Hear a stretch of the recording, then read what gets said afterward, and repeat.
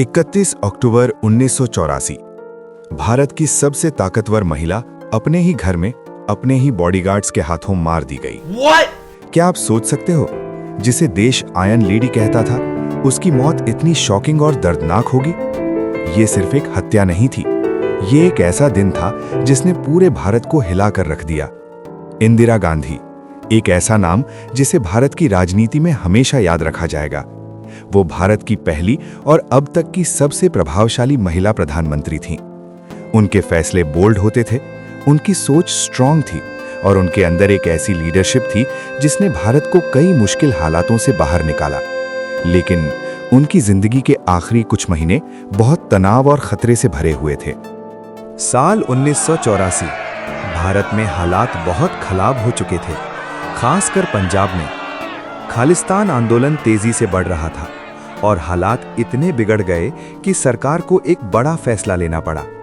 इस फैसले का नाम था ऑपरेशन ब्लू स्टार। जून 1984 में भारतीय सेना ने अमृतसर के गोल्डन टेम्पल में घुसकर आतंकियों को खत्म करने का मिशन चलाया।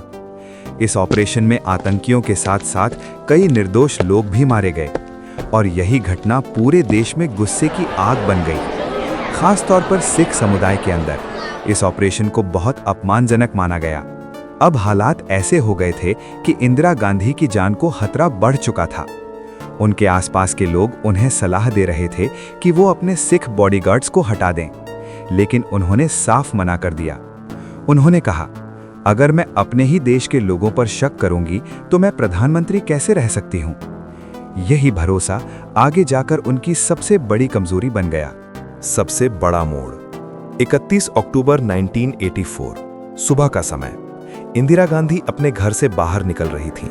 उन्हें एक इंटरव्यू के लिए जाना था।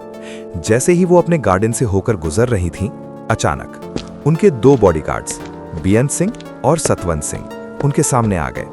पहले तो सब नॉर्मल लगा, लेकिन अगले ही पल बेअंत सिंह ने अपनी रिवॉल्वर निकाली और गोली चला दी। फिर सतवंत सिंह ने भी अपनी मशीन गन से लगातार फायरिंग शुरू कर दी। कुछ ही सेकंड में देश की प्रधानमंत्री जमीन पर गिर चुकी थीं।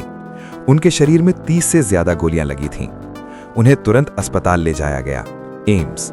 लेकिन डॉक्टर्स की लाख कोशिशों के बावजूद दोपहर तक उन्हें मृत घोषित कर दिया गया।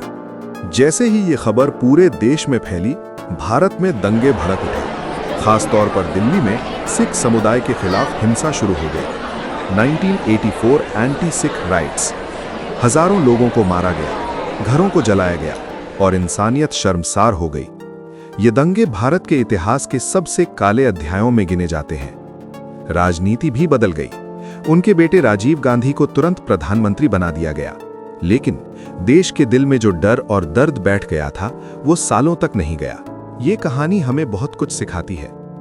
भरोसा जरूरी है, लेकिन अंधा भरोसा खतरनाक हो सकता है। एक फैसला पूरे देश की दिशा बदल सकता है।